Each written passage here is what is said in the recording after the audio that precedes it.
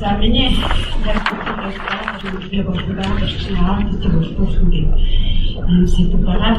Тийм асуудал байгаа. Тэгээд өмнөх алтгэгч нарууд ерөнхийдөө эрх зүйн асуудал, журам аргачлалын талаар нэлээд дэлгэрэнгүй ярьсан. За би бол энэ үнэлгээ болон аудит хоёрын ялгаатай болон ижил төстэй талуудын юун дээр хоорондоо уялдахын гэдэг талаас нь товчхон итгэл бэлдсэн юм аа.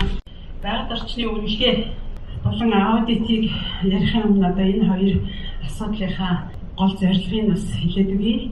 Хууль зааснаар бол энэ байгаль орчны нөлөөллийн үнэлгээ гэж иргэн аж ахуйн нэгж байгууллагуудаас тодорхой төслийг хэрэгжүүлэх явцад байгаль орчинд очруулж болзошгүй сөрөг нөлөөлөл үр дагаврыг урьдчилан тодорхойлж түүнийг бууруулах харилцааг арга хэмжээд тогтоохыг хэлнэ гэж заасан байдаг.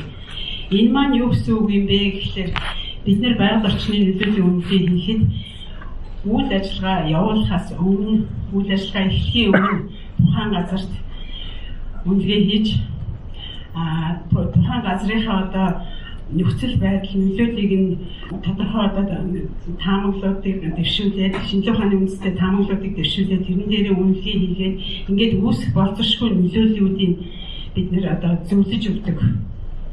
Энэ үнэлгээгээр тэгвэл аудит нь болохоор яг юм бэ гэхээр аудитын байгаль орчны дээр одоо эрхчлэлээр хэлсэн байгаль орчны хууль тогтоомж төрийн бодлого үндэсний хөтөлбөрийн биелэлт байгаль орчны нөлөөлөх байдлын үнэлгээ стандартын хэрэгжилтийг хянаж дүгнэлт гаргах тийм мэргэжлийн зөвлөгөө хараа тус үйл ажиллагааг хэлнэ гэдэг ингээд хуулиндаа заасан байдаг. Энэ нь юу гэсэн үг юм бэ гэхээр аудит нь тухайн үйл ажиллагаа эхэлсний дараа нь одоо яг болж байгаа процесс дээр нь одоо шалгалт дүгнэлт хийж үнэлж өгдөг юм байна. Энэгээр энэ хоёр юм ялгаатай байна.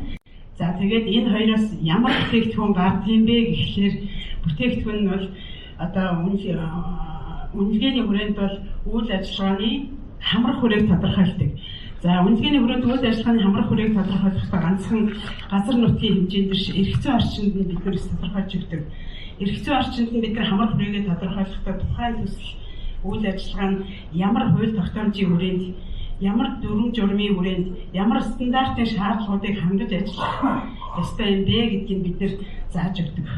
За хамрах хүрээн дээр тэгвэл ингэснээр бол нөлөөллийн үнэлгээг бид нэр өөрсдөө тодорхойлдог, эерэг сөрөг нөлөөллийн тодорхойлдог. Эндээсээ сөрөг нөлөөллийг бууруулах арга хэмжээний зөвлөмжөө боловсруулдаг. За тэгвэл аудит яадаг юм бэ гэхээр аудит нь бол тодорхой шалгууруудаа өөрсдөө гаргаад шалгуур дээрээ үнэлэлт өгүүлэлтээ өгөөд нийцтэй нийцэхгүй тодорхойгүй байдлаар нь үнэлээд энэний дээрээ зөвлөмж одоо нарийчсан бод ерөнхий зөвлөмжөөр гаргах юм байна. Тэгээд дүгнэлт гаргах юм байна. За энэ нь бол угтаа бид нэр одоо 5 жил тутамд одоо нөлөөллийн үнэлгээ хийдэг бол аудитыг 2 жил тутамд хийж байгаа болохоор энэ нь угтаа байгаль орчны менежментийн төлөвлөгөөг сайжруулах ийм хэлбэр өгөх юм байна. За байгаль орчны үнэлгээ нь болохоор нөгөө бонд үнэлгээнээс харшгүй хэсэг байдаг гэж бүр хуулиндаа зааварчсан байдаг. Тэгэхээр бомтороо бид нэр бомтыг боловсруулснаар энэ аудитын одоо энэ үнэлгээтэй бол бас бомтороо уялддаг юм байна. За энэчнээс энэ хоёр одоо үнэлгээ аудит хоёрын эрх зүйн орчин юу гэдэг юм бэ гэхээр байгаль орчны нөлөөллийн үнэлгээ эрх авсан дотоодын аж ахуйн нэгж хийнэ гэдэг ингээд хуульчилсан байдаг. За тэгвэл аудит нь болохоор үйл ажиллагааг бас эрх авсан хуулийн этгээд эрхлэн гүйцэтгэх нэ гэдэг ингээд хуульчилсан байж байгаа. За тэгээд нөлөөллийн үнэлгээ нь болохоор нөлөөллийн үнэлгээний журам аргачлалыг боловсруулсан байна. Энийг засгийн газраас батална гэдэг ингээд оруулсан байдаг бол аудит нь болохоор бас ялгаа авахгүй аргачлалтай байна. Эрх олох журмыг нь болохоор байгаль орчны асуудал хэрэгсэн засгийн газрын гишүүн батална гэдэг ингээд оруулсан байдаг юм байна. Энэ хоёроор хоёулаа бас эрх зүйн орчин бүрдээд явцсан ийм хэмжээтэй үйл ажиллагаанууд байна. За тэгэхээр үнэлгээ нь үр дүнгээрээ тайлан бэлтгэж гаргаад байгаль орчны менежментийн төлөвлөгөө боловсруулдаг. Тэгвэл аудит нь болохоор үр дүнгээрээ зөвлөмж боловсруулдаг. Энийгээр ялгаатай. За аудитыг бол 2 жил тутамд хийж байгаа.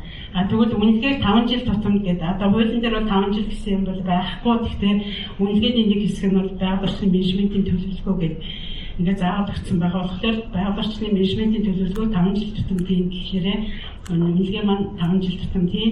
Хуулиараа бол яг ерөнхийдөө үнэлгээг тодорхой тухайн төслийн одоо техник технологийн шинжилэгдсэн, өргөтгсөн эсвэл шинээр хийх гэж байгаа ийм үнэлгээг одоо ийм төсөлд үнэлгээ хийнэ гэдэг ингээд заавал өгсөн байж байгаа.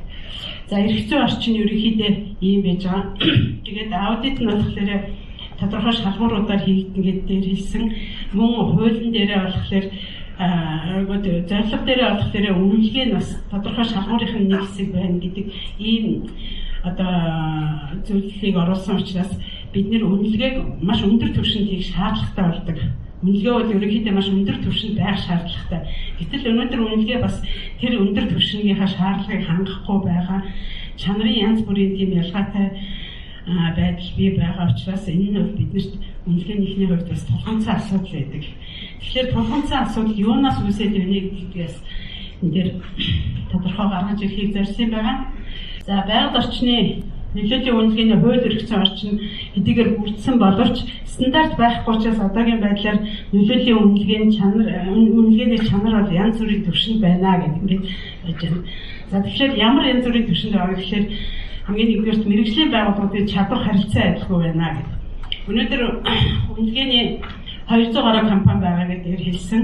200 гаруй компани 40 гаруй хувь нь буюу 80 компани идэвхтэй үйл ажиллагаа явуулдаг. Энэ идэвхтэй үйл ажиллагаа явуулж байгаа компани бас 40 гаруй хувь нь холбооны гишүүн компаниуд байдаг. Тэгэхээр энэ холбооны гишүүн компаниуд бол ерөнхийдөө одоо яамны бичиг баримт, үнэлгээний бичиг баримт, арга гаргачлал, журам боловсруулах ажил маш идэвхтэй оролцож өнгөрсөн хугацаанд маш их олон журам аргачлалыг боловсруулсан. Мөн байгаль орчин төрийн захиргааны төв байгууллагатайгаа хамтран ажилладаг. Үнэлгээний одоо ажлын үнэлгээний нүүр царай болох ажлуудыг энэ холбооны гишүүд хийж явдаг. Альва ажилд бол холбооны гишүүд нь илүү орж за тэгээд өнгөрсөн 2005 онд байгуулагдсан 5 оноос хойш маш олон арга гаргачлал зохион байгуулсан, маш олон сургалтуудыг зохион байгуулсан. Жил болгон бол бид нэр чадваржуулах сургалтуудыг зохион байгуулдаг. Тэгэхээр энэ холбооны гишүүн компаниас гадна энэ холбооны 35 гишүүнээс гадна цаана үлдсэн компаниуд бол бас тодорхой хэмжээгээр мэдээлэл соцрох, мэдээлэл авч чадахгүй байх, сургалтуудаас соцрох ийм асуудал үүсдэг. Энэ нь бас үнэлгээний чанарт харилцаа адилгүй байх нөлөөлж байгаа гэж бодож байгаа. Тэгэхээр энийг бол үнэлгээний компаниудыг бас чадваржуулах асуудал заашгүй хэрэгтэй. Тэгээд 2018 оноос эхлээд бид нар бас бүх компаниудыг чадваржуулах хэрэгтэй байх гэж бодож байгаа. Тэгэхин тулд бас тодорхой төлөвлөгөө гаргаж яамтайгаар хамтран ажиллана. Хүн дээрээс нь энэ чадвартай холбоотойгоор бас нийлээд асуудлууд яригддаг. За энэ яадгүй гэхээр нөгөө сургалтуудыг сургалтуудыг зөвхөн холбооны гишүүн компаниудаас гадна бусад компаниудад давхар адилхан явуулж явах ийм юмнуудыг бас нэлээд ярих шаардлага үүсдэг. За тийм минутаа харж байна. За хоёр дахь нь үнэлгээ эрхлэгчдийн ёс зүйн асуудал журамлагдаагүй байдаг. Өнөөдөр үнэлгээ эрхлэгчид 200 гаруй компани, үнээс 35 нь үнэлгээний холбоонд байдаг. Ёс зүйн асуудал гэдэг маань зохиогчийн эрхийг хамгаалах асуудал. Нөгөө л одоо үнэлгээ бол ерөнхийдөө бол заавал нууцлах асуудал биш, ил байх ийм үнэлгээний тайлан бол ил байх ёстой ийм зүйл. Гэтэл энийг нууцлах заашгүй шаардлагатай болдог. Ил тавьчихлаар нөгөө copy paste хийх гэдэг юм янз янзын асуудлууд үүсдэг. Нөгөө зохиогчийн эрхийн асуудал, энэ асуудал бол хамгаалал байхгүй. Тэгээ энэ дээр бол одоо тодорхой үнэлгээний компаниудыг ёс зүйн талаар тийм одоо асуудал төвшүүлж бас энэ талаар бас анхаарч ажиллах шаардлагатай болов гэж бодож байна.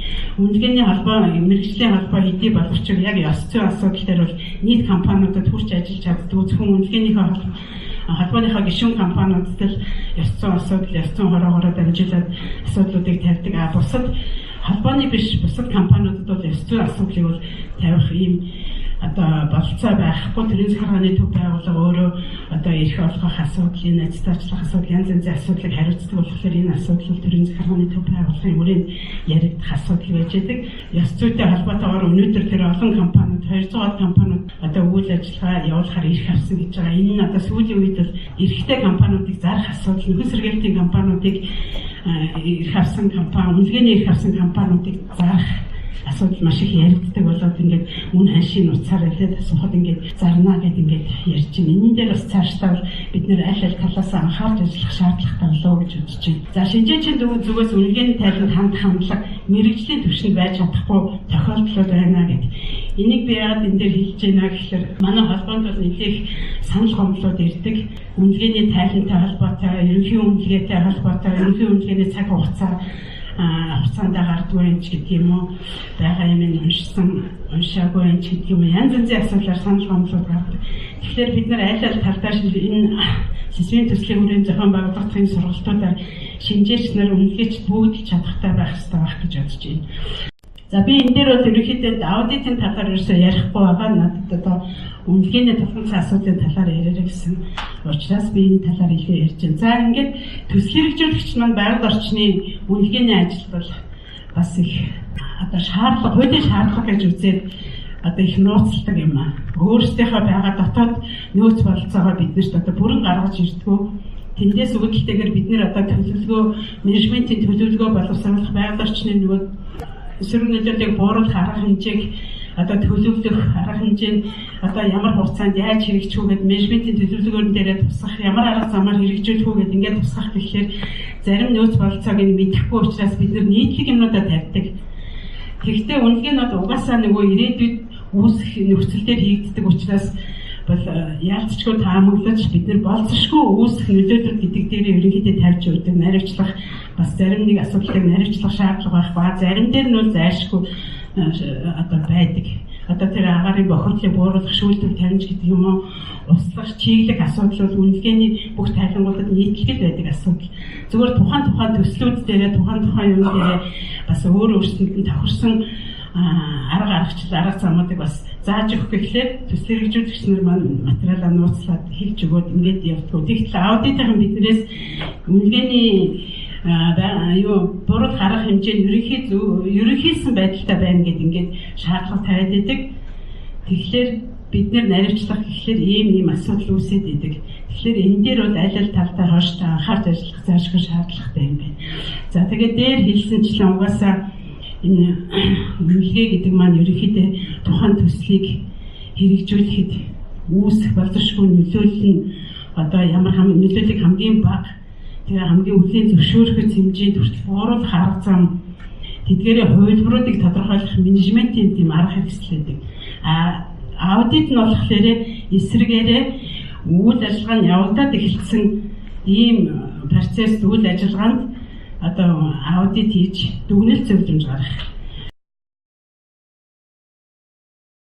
Аудитын үнэлгээ ба байгаль орчны үнэлгээ ба аудит энэ хоёрын орчин ижил төстэй юм юу юм бэ гэдэг нь гэхээр эрх бүхий тусгай зөвшөөрлөлтөй үйл ажиллагаа буюу хуулиар зохицуулагдсан гэдэг. Хоёулаа байгаль орчны төрийн төв байгууллагаас одоо юу эрх авдаг. Тэгээд хоёулаа хуулиар зохицуулагдсан, хоёулаа тусгай зөвшөөрөл авдаг. Тусгай зөвшөөрөл нь өөрийн бүрдүүлэх материал одоо тавигдах шаардлагаараа бол өөр байдаг. За хоёулаа батлагдсан аргачлалтай байдаг. Батлагдсан аргачлалтай байгаа нь бол өнөөдөр одоо аудитын ч гэдэг юм уу, үнэлгээний ч гэдэг юм уу стандарт байхгүй байгаа манайд. Тэгээд стандарт байхгүй үедээ батлагдсан аргачлалтай байна гэдэг маань өөрөө тухайн төслийн тайлангуудыг одоо нийтлэг шин чанарыг хадгалах, бүтэц агуулгын хувьд нь ижилсүүлэх тийм ач холбогдолтой байдаг. Аргачлалын хүрээнд бид нэр аргачлал дээр заасан агуулгын дагуу, аргачлал дээр заасан бүтцийн дагуу бид нэр тайлангаа боловсруулдаг.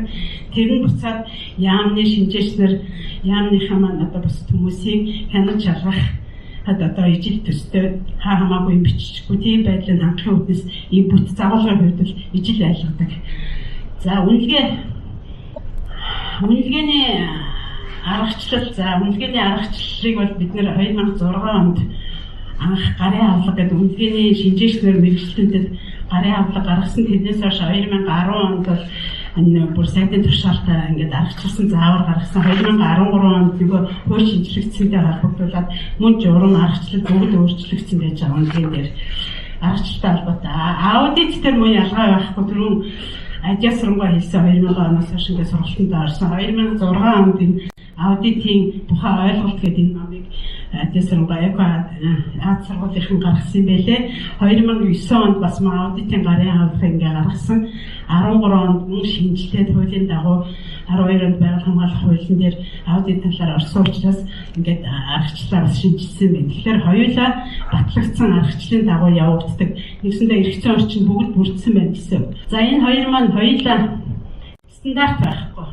Тэгэхээр өнөөдөр биднэрт юу шаардлагатай вэ гэхээр байгаль орчны үнэлгээний стандарт зайлшгүй шаардлагатай байна. Үнэлгээний стандартаа байна гэдэг маань нөгөө чанарын янз бүрийн чанарын асуудлыг янз бүр байгаад үнэлгээний тайлангийн чанар сайжрахад маш ач холбогдолтой. Мөн стандарт байж стандартын зайлшгүй хэрэгжүүлэх шаардлага нь үүсдэг. Тэгээд тэрийг заавал хэрэгжүүлэх шаардлагатай байдаг учраас үнэлгээний стандартаа байх ёстой. Энэ хоёр үнэлгээ болон аудитэд ерөнхийдөө бол ижил төрлийн мэрэгжлийн хүмүүсийн оролцоо байж байгаа. Энэ нь юу гэхээр үнэлгээ болохоор экспертүүдтэй хийгддэг. Аудит нь болохоор гэрчлэгээ авсан аудиторууд байдаг. Гэрчлэгээ авна гэдэг маань арай шалгуур дээгүүр байна гэсэн үг. Тэгэхээр аудит бол нэлээд өндөр шалгууртайгаар хийгддэг. Аудиторууд нь бол экспертээс арай ялгаатай байх ёстой. Энэ талаар бол бас дээр хүмүүс нэлээд их ярьж хэлсэн баг. За тэгээд энэ дээр ямар уялдаа байна гэдгийг эцэст нь хэлэхэд үнэлгээний зөвлөмжүүд нь ерөнхийдөө байгаль орчныг хамгаалахад чиглэсэн ерөнхий зөвлөмжүүд байдаг. Ерөнхий зөвлөмжүүдийг өгдөг байгаль орчныг хамгаалахад чиглэсэн. Тэгвэл аудит нь хууль тогтоомж 4 журамд үл нийцсэн буюу нийцлэн тодорхойгүй асуудлаар зөвлөмж өгдөг. Нийцсэн асуудлаар бол өгдөг шүү дээ. Нийцгүй буюу тодорхойгүй асуудлуудаар зөвлөмжөө өгдөг юм байна. За зөвлөгөө хэрэгжүүлэх арга зам нь байгаль орчны менежментийн төлөвлөгөөнд наривчлан тусгагдаад холбогдох зардалтай 5 жилээр төлөвлөж өгдөг үнэлгээнээс гарч байгаа зөвлөмж нь ингээд наривчлсан бонд дээр илүү наривчлагдаад зардал мөнгөнд тооцогдоод хариуцах эзэн тооцогдоод хэрэгжүүлэх хууль стандарт журам нь хамт бичигдээд ингээд 5 жилээр төлөвлөж өгдөг бол аудит нь болохоор аудитын зөвлөмж нь болохоор хууль тогтоомж 4 журам стандартын шаардлагыг нийцэх арга замыг нь зааж өгдөг. Өөрөөр хэлбэл аудит нь болохоор тэр тухайн байгууллагын үйл ажиллагааны хэрэгжилтийг хангуулахад чиглэсэн зөвлөмж байдаг. Үүгээр энэ хоёрыг ерөнхийдөө ялгаатай. За тэгээд энэ миний зүгээс ингээд үзэхэд бол үнэлгээ аудит хоёр юун дээрээ илүү холбогдож уялдж байгаа юм бэ гэхээр энэ байгаль орчныг хамгаалах, энэ үйл ажиллагаанаас үүсэх сөрөг нөлөөллийг бууруулах арга хэмжээний зөвлөмж. Энэ бол яг аудитэд буцаад энэ зөвлөмжийг буцаад нөгөө бонд дээр наривчилдаг учраас байгаль орчны менежментийн төлөвлөгөөний зүйл заалтууд нь одоо бууруулах арга хэмжээнийх нь бүх заалтууд нь үнэлгээний аудитын одоо шалгуур үзүүлэлт болдог. Энэ дээр энэ хоёр маш сайн уялдах ёстой юм байна гэж ингээд ойлгож байгаа. За тэгээд цаашаа сайжруулах арга хэмжээгээд ерөнхийдөө бол энэ хоёр нь хоёулаа өөр үйл ажиллагаа, тусдаа үйл ажиллагаа, нэг нь нөгөөгөөс хамааралгүй явах үйл ажиллагаа. Аудитын тусдаа өөрийнхөө арга аргачлал дүрм журмаараа явагдана, үнэлгээ нь мөн өөрийнхөө арга аргачлал дүрм журмаараа явагдана. Яг энэ хоёрын нийлэх юм түрүү хэлснээр зөвлөмж байгаль орчны менежментийн төлөвлөгөө. Эрх олголтын хувьд бол мэргэжлийн компаниуд энэ хоёр үйл ажиллагааг зэрэгцүүлэн хийх боломжгүйгээр бол хоёулаа зохицуулагдсан байгаа. Сая түрүүн өмнөх хэлтгчнүүд нэлээд сайн хэлсэн үнэлгээний компани ажилладаг хүн аудит ажиллаж болохгүй гэд. Уул уурхай үйл ажиллагаа явуулдаг хүн аудит ажиллаж болохгүй гэд ингээд заагаад өгсөн байж байгаа. Би ч хүртэл одоо аудитын гэрчлэгээтэй тэгсэн юмээс үнэлгээний компанитайгаа уулзсаас аудитын эрх авахгүй ингээд яваад байж байгаа. Тэгэхээр өнөөдөр ямар юм зөрчлүүд гараад байна гэхээр өнөөдөр үнэлгээний орчин уул уурхай үйл ажиллагаа эхэлдэг компани тэзүү хийдэг компаниуд үнэлгээний эрх авсан байна. Барилгын үйл ажиллагаа эхэлдэг компаниуд үнэлгээний эрх авсан байна. Өөрсөн дээр хийх гэж шатхан түгээх станц ажилладаг компаниуд, том компаниуд бол өөрсөн дээр хажуудаа үнэлгээний эрхтэй компани ажилладаг юм байна. Энэ маань нөгөө нэг их ашигын зурчилгээд өөрөө өөрсөн дээр үнэлгээ хийгээд явж байдаг.